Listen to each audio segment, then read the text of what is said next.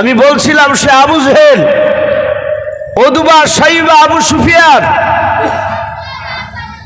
আর এ আবু লাহাব নবীর আপন চাচা রাত্রিবেলায় গোপনে বাপজি তারা মিটিং শুরু করেছে। নবীর আপন চাচা আছে সেখানে, সে মিটিংয়ে। বাপজি আপনার ক্ষতি যতক্ষণ পর্যন্ত আপনার নিজের লোক না থাকবে, আপনার বিরুদ্ধে কথা বলার, ততক্ষণ পর্যন্ত বাহিরকার মানুষ ক্ষতি করতে পারবে না। গোপনে খোঁজ নিয়ে দেখবেন আপনার নিজের মানুষ বাহিরকার লোকের সাথে হাত মিলিয়েছে, দিয়ে আপনার ক্ষতি করার চেষ্টা করছে। আবু লাহাব বলল, ভাই আবু জেহেল আমি আছি, আমার ভাতিজা বড্ড বাড়া বেড়ে গেছে, ওকে শেষ করতে হবে। সাথে হাতে বাপজি উতবা আর শাইবা এরা খুব ক্রিটিক্যাল ছিল, তফসিরে লিখেছে। উতবা শাইবা ডাকে দিয়ে বলল, ভাই আবু জেহেল, মুহাম্মদ সাল্লাল্লাহু আলাইহি ওয়াসাল্লামকে আর দুনিয়ার বুকে বাঁচিয়ে রাখবো না। বলে কি করবা?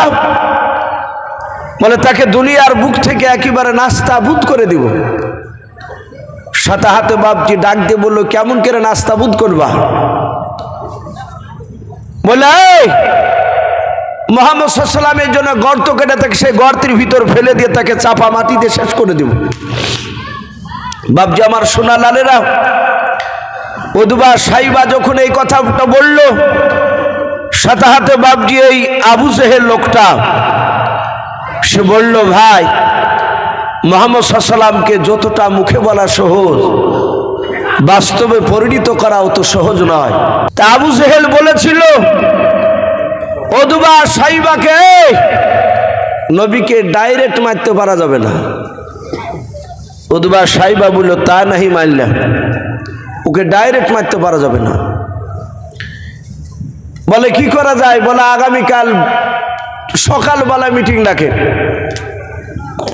তাফসীরে মারিফুল কোরআনে এসেছে, সকালবেলা বেঈমান আবু জেহেল বাপজি তার দলের লোককে ডাকলো। এক নয়, দুই নয়, 12,000 বেঈমান বাপজি সব মুশরিকের বাচ্চারা সব একত্রিত হলো। সে সভার প্রধান বক্তা ছিল বেঈমান আবু জেহেল। আবু জেহেল ডাকে দিয়ে বলল, এই মক্কা নগরে কেউ কে আছো মুহাম্মদ সাল্লাল্লাহু আলাইহি ওয়াসাল্লামকে হেনস্থ করার মতো কেউ? সম্মানিত ভাইরা আমার, বাবা জীবনেরা, আমার বিশ্ব নবী দরদি নবী জনাবে মোহাম্মদ রাসূলুল্লাহ বলুন সাল্লাল্লাহু তাআলা আলাইহি ওয়াসাল্লাম, নবীজিকে বাপজি হেনস্থ করার অনেক মানুষ চেষ্টা করেছিল, পারেনি। আল্লাহর নবী জনাবে মোহাম্মদ রাসূলুল্লাহ বলুন সাল্লাল্লাহু তাআলা আলাইহি ওয়াসাল্লাম, আমার বিশ্ব নবীকে বাপজি মারার জন্য আবু জেহেল 12,000 লোককে ডেকেছিল। ডাকে দিয়ে বলল, কেউ আছো মুহাম্মদ সাল্লাল্লাহু আলাইহি ওয়াসাল্লামকে মারতে পারবা? বাপজি ওখানে অনেক লোক ছিল, কেউ বাপজি আপনার হাত তুলতে পারে নাই। তাফসীরে মারিফুল কোরআনে এসেছে, আমরা জানি হযরত আমিরুল মুমিনিন উমর ইবনুল খাত্তাব রাদিয়াল্লাহু তাআলা আনহু, এই খাত্তাবের বেটা উমর, উনি হাত উঁচু করে এভাবে বলেছিল, আবু জেহেল, ওকে হুজুর টুজুর বলতো না উমর, উমর তো জানে যে ওর চেয়ে শক্তিশালী আমি। তাই বললে, আবু জেহেল, আমি মুহাম্মদ সাল্লাল্লাহু আলাইহি ওয়াসাল্লামকে আমি মারতে পারবো, কিন্তু একটা কথা দাও।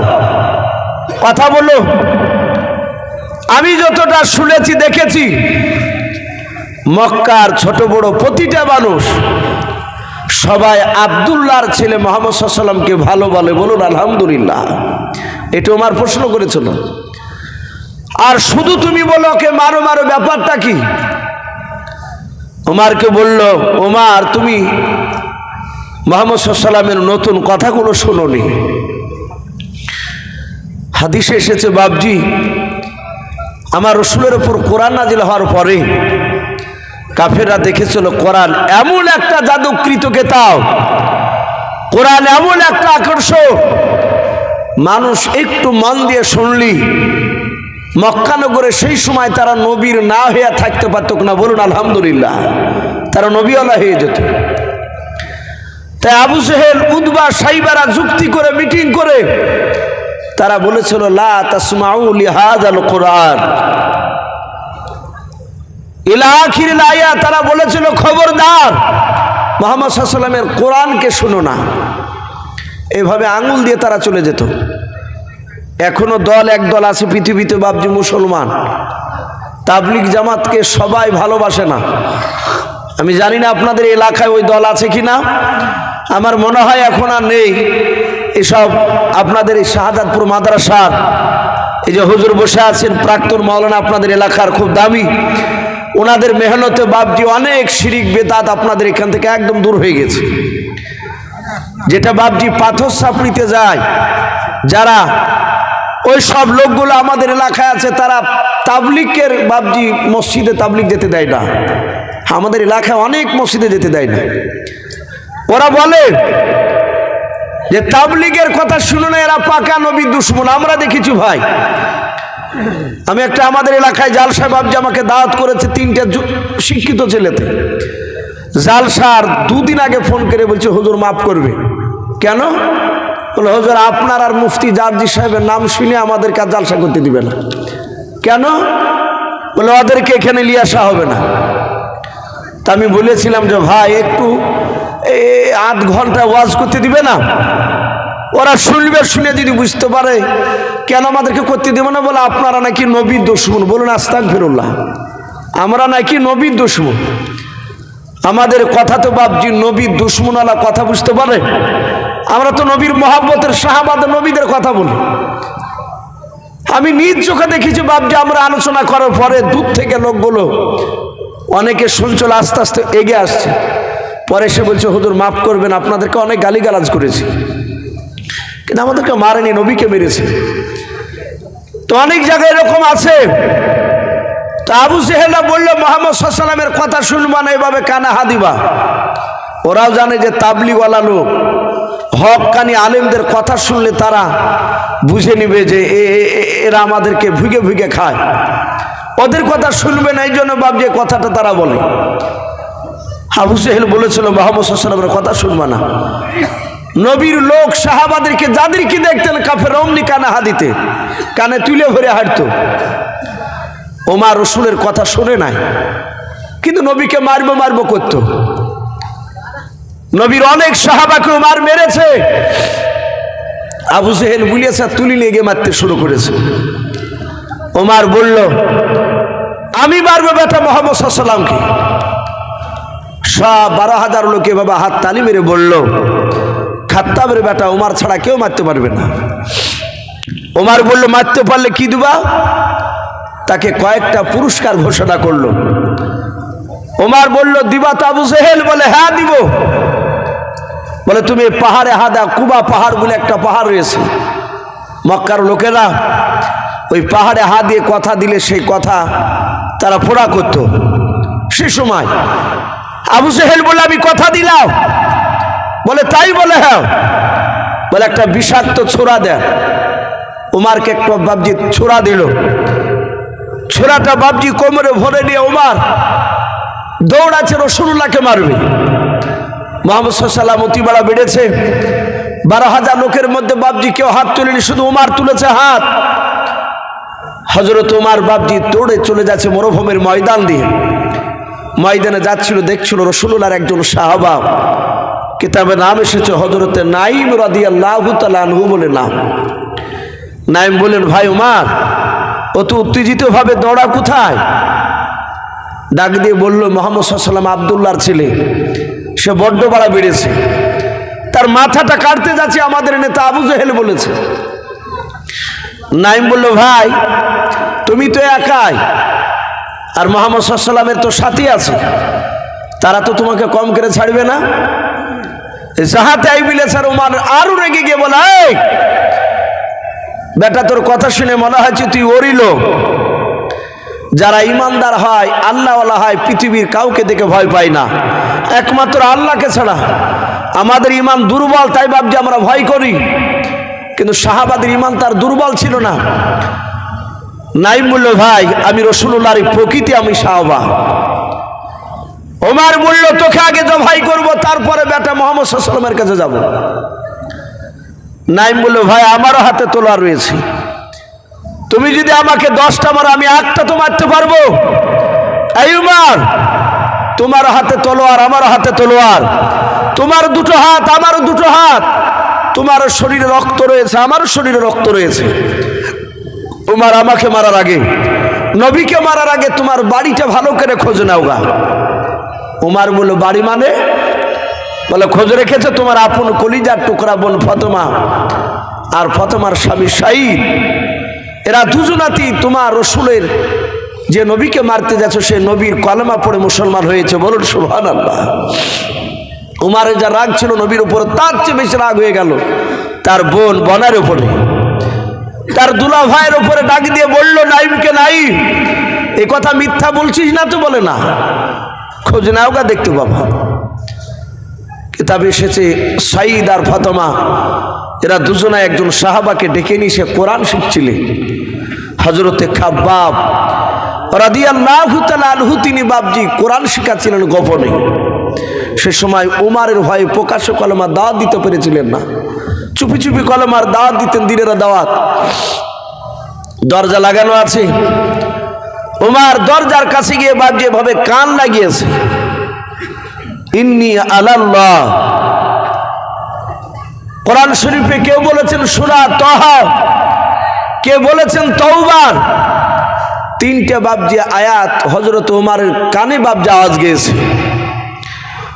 উমার ডাক দিয়ে বলল, এই বোন, এই ফাতেমা, দরজা খোল। সাথে হাতে বাপজি যাহাতে উমারের গলার আওয়াজ শুনে পেয়েছে। ফাতেমা বুঝতে পেরেছে তো আমার মায়ের পেটের ভাই, এ তো আমারই তো ভাই। এ মনে হয় বুঝতে পেরেছে নবী কলেমা পড়েছে, আমাদেরকে আর তো বেঁচে রাখবে না। হযরতে ফাতেমা রাদিয়াল্লাহু তাআলা আনহা উনি ডাক দিয়ে বলেন, খাব্বাব, আমার ভাই কোরআনকে চিনে না, কোরআনকে অবমাননা করবে, কোরআনটা নিয়ে তুমি আড়ালে চলে যাও ঘরের ভেতরে। হযরত ফাতেমা কোরআনটা নিয়ে নাই, খাব্বাব বাপজি কোরআনের টুকরাটা বাপজি এভাবে বুকে জড়ে ধরে নিলেন। সে সময় কোরআন বাপজি আপনার গচ্ছিত ভাবে ছিল না, চামড়া লেখা থাকতো, গাছের পাতায় লেখা থাকতো, পাহাড়ের গায়ে লেখা থাকতো।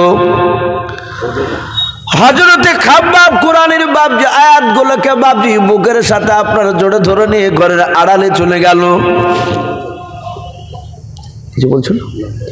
যাহাতে বাপজি ঘরে গেল, ওমর ডাক দিয়ে বলল, ফাতেমা দরজা খোল। আবার যাহাতে বলেছে দরজা খোল ফাতেমা। আর তারা স্বামী স্ত্রী দুজনায় চিন্তা করেছে, ভাই আমাদেরকে বোঝার বেঁচে রাখবে না, আমাদেরকে মারবে নবীজির কলেমা পড়ার জন্য। ওমর তার বোন দরজা খুলতে দেরি হয়েছে বলে বাপজি লাত মেরে দরজাটা ভেঙে ফেললাও। এখনকার মতো সিমেন্ট বালি দিয়ে বাপজি আপনার সেই সময় দরজা করা ছিল না। যাহাতে বাপজি পায়ের লাত মেরেছে, দরজা ভেঙে গেল।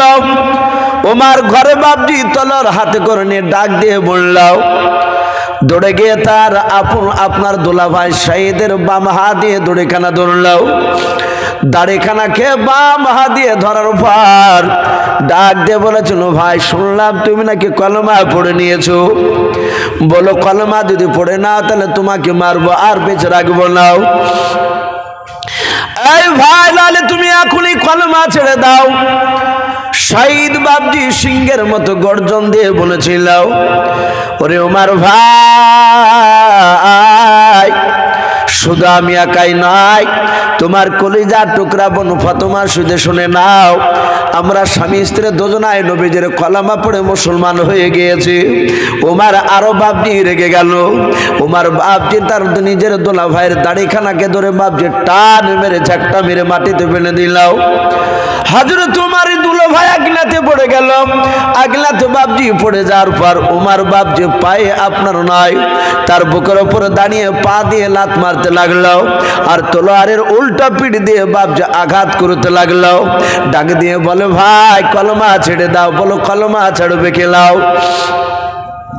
হযরত সাঈদ কাঁদে আর বলে ভাই উমর, মারতে মারতে যদি ধুলার সাথে আমাকে যদি মিশিয়ে দাও, এই কলিজার ভিতর থেকে নবীর কলমাকে বের করতে পারবা না। বলুন সুবহানাল্লাহ। হযরত বাপজি আপনার ফাতেমা তাকে দেখলাও, আমার স্বামীকে আমার ভাই মারতে মারতে মেরে ফেলবে, রক্ত ঝরতে লেগেছে। হযরত ফাতেমা দৌড়ে গিয়াও নিজের স্বামীর বুকের উপর শুয়ে পড়ে বলেছিল, ভাই আমার স্বামীকে মেরো না, আমাকে মারো, স্বামীকে ছেড়ে দাও। হযরত বাপজি ওমর এত অন্ধ হয়ে গিয়েছিল, তার দিলটা পাথরের মতো শক্ত হয়ে গিয়েছিল রে বাবা। ওমর নিজের বোনের উপর বাপজি সেই সময় রহম হলো না, নিজের বোনের উপর রাগ করে বাপজি থাকতে না পেরে ওমর চুলের মুঠিখানা বাম হাত দিয়ে ধরে বাবা আগুনেতে টান মেরে ফেলে দিলাও। দাঁড়াস করে বাপজি চিত হয়ে পড়ে গেল। হযরত বাপজি ওমর দৌড়ে গিয়ে তার বোনের বুকের উপর দাঁড়িয়ে পা দিয়ে বাপজি লাত মারতে লাগলো আর বলতে লাগলো, ওরে বলু ফাতেমা, মারতে মারতে তোর বুকের বাতাগুলো ভেঙে দেব, বল এখনো নবীজিকে ছাড়বে কে? লাও। তোলারের উল্টো পেট দিয়ে বাপ যাবার মারতে শুরু করলাও। ফাতেমা ডাক দিয়ে বলেন, ভাই মারো গো, নবীজির কলমা ছাড়বো নাও। আবার মারতে শুরু করলাও। এত মার মারে হযরত ফাতেমা একটিবারও বাপ যে বলে নাই যে আমি কলমা ছেড়ে দেব। যত মারে তত ফাতেমা চিৎকার করে বলে, ভাই আরো মান ভরে তুমি মারো, ভাই শুনে নাও, আমাদেরকে মেরে ফেলতে পারো কিন্তু নবীজির কলমা আমার কলিজা থেকে বের করতে পারবা নাও। হযরত বাপজি ওমর দেখলে এত মার মারলাও। ওমর থেকে দেখছে আগুনেটা বাপজি রক্ত রঞ্জিত হয়ে গিয়েছে। ওমর ডাক দিয়ে বলেন, বল ফাতেমা, এমন কি জাদু করেছে তোদের দুইজনকে তোরা কলমা ছাড়বি? লাও। ওরে বোন, একটিবার আমার কাছে জানের ভিক্ষা চা, তাইলে আমি মাঠটা তোদেরকে বন্ধ করে দেব। হযরত ওমরের বোন ফাতেমা ডাক দিয়ে বলেছিল, ভাই যেই নবীর কলমা পড়েছি সেই নবী জনাবে মুহাম্মদ রাসূলুল্লাহ সাল্লাল্লাহু তাআলা আলাইহি ওয়াসাল্লাম বলেছেন, একমাত্র আল্লাহর কাছে ছাড়া কারো কাছে সাহায্য চাওয়া যাবে না। ওগো ভাই মারতে মারতে মেরে ফেলাও, কিন্তু তবু তোমার কাছে জানের ভিক্ষা চাইব না। আমার আল্লাহ নিশ্চয়ই দেখতে পাচ্ছেন, মৃত্যুর পর আমাদের আল্লাহ নিশ্চয়ই জান্নাত দিয়ে দেবেন। ওমর বাপজি দেখলো, আরে ইয়া তোমার মারলাম, একটি বারো নরম হলো না। ওই নবীজির কথাটা বাপজি একবার বলছে না ছাড়বো না, ছাড়বো এই কথা বলছে না। ডাক দে বলো, বোনরে আমি দরজায় দাঁড়িয়ে আমি শুনছিলাম কি যেন গুনগুন করে পড়ছিল, বল। ওইদিকে খাব্বাব বাপজি ঘর থেকে সবগুলো বাপজি শুনছিলাম। হযরত ওমরের বোন ডাক দিয়ে বলো, ভাই আর মারবা নাও? বলে, বোনরে আর মারবো নাও। বলো কি পড়ছিলে? বলো, ভাই যেই নবীর জন্য তুমি আমাদেরকে মারতেছো। বলে, হ্যাঁ সেই নবীর ওপরে মহাগ্রন্থ আল কোরআন নাজিল হয়েছে। বলে, তাই নাকি? বলে, হ্যাঁ। বলে, কই কোরআনটা নিয়ে এসো। বলে, ভাই তুমি অপবিত্র নাপাক অবস্থায় আছো, এই কোরআন শরীফটা তোমার হাতে দেওয়া যাবে না। ওমর বললে, একটু দূর থেকে কি দেখা যাবে না? বলে, হ্যাঁ। ওমরকে বলল, তোমাকে গোসল করতে পারলে তবে তোমাকে দেওয়া হবে। ওমর বলল, গোসল করার আগে আমাকে একটু দেখাও, এত সুন্দর কি যেন পড়ছিল গুনগুন করে তোমরাও। খাব্বাবকে বাপ যে ডাক দিল, খাব্বাব বেরিয়ে আসলেন। হযরত ওমরের সামনে আবার কয়েকটা বাপ যে আয়াত তেলাওয়াত করলেন কোরআনের। হযরত ওমরের বাপজি ভাষা ছিল আরবি, নবীর ওপর কোরআন নাজিল হয়েছিল বাবা আরবি ভাষায়, কারণ আমরা সকলে জানি মক্কার ভাষা ছিল সেই সময় আরবি। আল্লাহ রসুলের উপর কোরআন নাজিল হয়েছে আরবি ভাষায়। নবীজির কোরআনগুলো বাপজি শোনার পর ওমরের দিলটা বাপজি নরম হয়ে গেল। আল্লাহ বলেন, আমি যখন যাকে হেদায়েত করব, হেদায়েত নূর তার দিলের ভিতরে জ্বালিয়ে দেব, সেই লোকটাও আর থাকতে পারবে না নবীজির কাছে না যাওয়া পর্যন্ত। ওমর বলল, ভাই এত সুন্দর কথা কোথায় পেলাম? বলে, সেই নবী জনাবে মুহাম্মদ রাসূলুল্লাহ সাল্লাল্লাহু তাআলা আলাইহি ওয়াসাল্লামের কলমা পড়ার জন্য তুমি মারছিলে? বলে, হ্যাঁ। বলে, ভাই ওই নবীর মুখ থেকে কথাগুলো শুনবো, একটু নিয়ে চলাও। হযরতে খাব্বাব বাপজি বেরিয়ে আসলো, হযরতে আমার সাইদ বেরিয়ে আসলেন ঘর থেকে, ফাতেমা বেরিয়ে আসলেন। উমারের মাথায় বাপজি মস্তানি পাগড়ি বাঁধা আছে, হাতে তলোয়ার খানা আছে।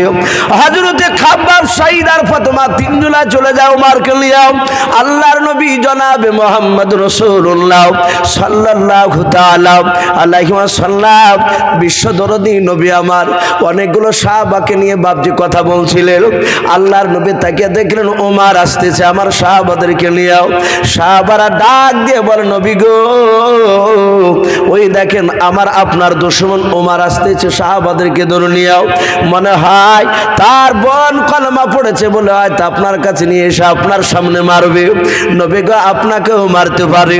ওগো আল্লাহর নবী একটুবার হুকুম করে দেন, ওমর আপনার দরবারে আসার আগে আমরা দৌড়ে গিয়ে ওমরকে জবাই করে দিয়ে জাহান্নামে পাঠিয়ে দিই। আমরা সবাই মিলে এখানে একত্রিত আছি। আল্লাহর নবীজি বাপ যেভাবে পেছন করে বলেন, সাহাবা তোমরা কি জানো ওমর আমাকে মারতে এসছে? বলে তা জানি নেও, কিন্তু আমাদের ধারণা আপনাকে মারতে আসতে পারে হয়তো। আল্লাহর নবী বলেন, ওরে সাহাবারাও, আমি গতকালকে ওমরের জন্য আমি দোয়া করেছি, বলুন সুবহানাল্লাহ। আমি জানি না ওমর আমার কাছে কলমা পড়তে আসছে না ওমর আমাকে মারতে আসছে, আমি জানি না। এই সাহাবারাও, তোমরা সবাই মিলে এখানে দাঁড়িয়ে থাকো, কেউ যেন সামনের দিকে পা ফেলে আগে যাবালাও। আমি বারণ করলাম এই জায়গায় দাঁড়িয়ে থাকবাও, দেখে ওমর আমার সঙ্গে কি ব্যবহার করে তোমরা দূর থেকে দেখে ভাও। আল্লাহর নবীজি বাপনি সাহাবারা বলেন, আমার নবীজি আমাদেরকে বারণ করলেন সামনের দিকে যাবালাও। সাহাবা ওমর বাপজি হযরতে খাব্বাব, সাইদার ফাতেমাকে নিয়ে আসতেছিলেন বাবা। নবীজের কাছে তো কোনো কাছাকাছি আসতে পারে নাই, প্রায় 25 থেকে 30 হাত বাপজি দূরে ছিল আল্লাহর নবীজের সাহাবা ওমর। আল্লাহ রসুল বাপজি দূর থেকে বাপজি দাঁড়িয়ে থাকতে পারলেন না। ওমর কাছে আসতে দেখে নবী আমার দৌড়ে ওমরের কাছে চলে গেলেন। সাহাবারা বলেন, আমরা তাকে দেখলাম। নবী আমার ওমরের কাছে যাওয়ার পর ওমরের গলার বাপজি পাঞ্জাবি খানা, এভাবে জামা খানা, কলার খানাও আল্লাহর নবীজি ধরে দাঁড়িয়ে গেলেন। ওমর দাঁড়িয়ে গেলেন, নবীজির পা থেকে মাথা পর্যন্ত ওমর বারবার শুধু তাকে থেকে দেখতেছে। হাতে বাপজি তলোয়ার খানা, ওমরের হাতে লম্বা তলোয়ার। আল্লাহর নবী বলেন, ওরে উমার, আর কতদিন পাগলামি করবা? আল্লাহ রসুল আবার ডাক দিয়ে কলার খানা ধরে বলেন, উমার, ওই দেখো তোমার সাথী ভাইরা, শুধু তোমার ভয়ে কলমার দাঁত প্রকাশে দিতে পারি না রে ভাই উমার। ওরে উমার, অনেক পাগলামি করা হয়েছে, আর পাগলামি করো না রে উমার। উমার কোনো কথা বলে নাই, শুধু নবীজের বাপ যে কান্না দেখতেছে, নবীর চোখ দিয়ে পানি ঝরতেছে। আল্লাহ রসুলের কান্না দেখে উমার থাকতে পারে নাই, উমারের চোখ দিয়ে পানি গড়ায়। আল্লাহ রসুল কলার খানা ধরে আর ঝিটকে টেনে টেনে মেরে বলেন, ওরে উমার, আর পাগলামি করে বেলাও। উমার, আমার এটা মনের আশাও, তুমি আমার সাথী ভাইদেরকে নিয়ে তুমি নেতা হয়ে, তুমি এই কমান্ডার হয়ে কলমার দাওয়াত দিবা, বলুন সুবহানাল্লাহ। উমার বাপজি সহ্য করতে পারলো না। আল্লাহ রসুল বলেন, উমার এখনো তুমি আমাকে চিনতে পারো না। এই উমার, আমি তোমার দরদি মার নবী, একটু আমার দিকে ভালো করে তুমি তাকিয়ে দেখো। এই উমার, একটু মহব্বত নজর একটু আমার দিকে তাকিয়ে দেখো রে উমার। উমার ফ্যাল ফ্যাল করে চাতক পাখির ন্যায় চেয়ে রসুলের চেহারার দিকে চেয়ে থাকার পর পায়ের তলে ওমর তলোয়ার খানা নবীর সামনে ফেলে দিলেন। ডাকে দিয়ে বলেন, হুজুর, আমি আপনাকে এতদিন চিনতে পেরেছিলাম না, আপনার কোরআনের কথাগুলো আমার কানে গিয়েছিল না, আজ কানে গিয়েছে। ও নবীজি, আপনার কাছে তলোয়ার খানা দিয়ে দিলাম, আমি অন্যায় করেছি নবী, এত বড় অন্যায় করেছে, অন্যায়ের ক্ষমা হবে না। নবী গো, আপনি তলোয়ার দিয়ে আমাকে জবাই করে দেন। আল্লাহর নবীজি বাপজি আর মারলেন লাও। ওমরকে পাঁজা মেরে ধরে বলেন, ওমর রে, আমি রহমাতুল লিল আলামিন পয়গম্বর, জোরে বলুন সুবহানাল্লাহ। ওমর, আমি বদলা নিতে আসিনি। এই ওমর, আমাকে যে আল্লাহ রহমতের নবী কেন পাঠিয়েছে, ওমর আমি তোমাকে সব মাফ করে দিয়েছি। আমার নিশ্চয় আল্লাহ তোমাকে মাফ করে দিয়েছেন। ওমর, তুমি কলমা পড়ে নাও। ওমর কলমা পড়ে বাপজি মুসলমান হয়ে গেছিল। নবী বললেন, ওমর তুমি আজ থেকে মুসলমান। ওমর বলল, হুজুর, আমি আজ বুঝতে পেরেছি এটা সত্য ধর্ম। হে নবী, আর ভয়ের ব্যাপার নেই, এবার আমার সঙ্গে চলো মক্কা নগরে। ওপেন কলেমার দাঁত দিব, দেখি কোন বেটা আমার সামনে এসে দাঁড়ায়। মানুষ সবাই আবু জেহেল উতবা সাহেবের অবাক যে আমার দলের হয়ে গেল, আবার আমার বিরুদ্ধে চলে আসছে। বাপজি সে ওমর রসুলকে বাপজি মারতে গিয়ে রসুলের ওপর ঈমান এনেছিল। আবু জেহেল শত চেষ্টা করে নবীকে বাপজি শেষ করতে পারেনি। তা আমি প্রতিটা বাপজি ভাইদেরকে বলবো, নবীর কথা না মানার কারণে বিশ্বনবী বলেছিলেন, চাচা আপনাকে আজ থেকে মানুষেরা আবু জেহেল বলে ডাকবে, আবুল হিকাম বলে মানুষ কেউ আপনাকে ডাকবে না। তাই বাপজি আমরা সকলে জানি আবু জেহেল ছিল মূর্খের বাপ। জানার বড় বাপজি রসুলের দিনকে সে মানেনি, নবীর ওপর অত্যাচার চালিয়েছিল। আমি প্রতিটা বাপজি ভাই মা বোনদেরকে বলবো, বাপজি আমরা জানি যে 5 ওয়াক্ত নামাজ পড়তে হবে, নামাজ না পড়লে জাহান্নামে যেতে হবে, এটা প্রায় মানুষ আমরা জানি। জানার পরও বাপজি আমরা মানতে চাইলে, আবু জেহেলও জানতো মুহাম্মদ সাল্লাল্লাহু আলাইহি ওয়াসাল্লাম আখিরি জামানার রসুল। আবু জেহেল অনেক পরীক্ষা করে দেখেছিল, গোপনে রসুলের ঘরের দরজায় কান লাগিয়ে দেখেছিল কোরআন মুহাম্মদ সাল্লাল্লাহু আলাইহি ওয়াসাল্লামের তৈরি করা নয়, এটা ঐশ্ববাণী, এটা আসমান থেকে এসেছে। জানার পরও বাপজি সে মানেনি। সে জানতো মুহাম্মদ সাল্লাল্লাহু আলাইহি ওয়াসাল্লামের কথা যদি কলেমা পড়া যায় ওজনে কম দেওয়া যাবে না। মুহাম্মদ সাল্লাল্লাহু আলাইহি ওয়াসাল্লামের কথা কলেমা পড়ে নিলে চিটারি করা যাবে না, মিথ্যাবাদী কথা বলা যাবে না। মুহাম্মদ সাল্লাল্লাহু আলাইহি ওয়াসাল্লামের কলেমা পড়ে নিলে 5 ওয়াক্ত বাপজি নামাজের মধ্যে ফাঁকি দেওয়া যাবে না।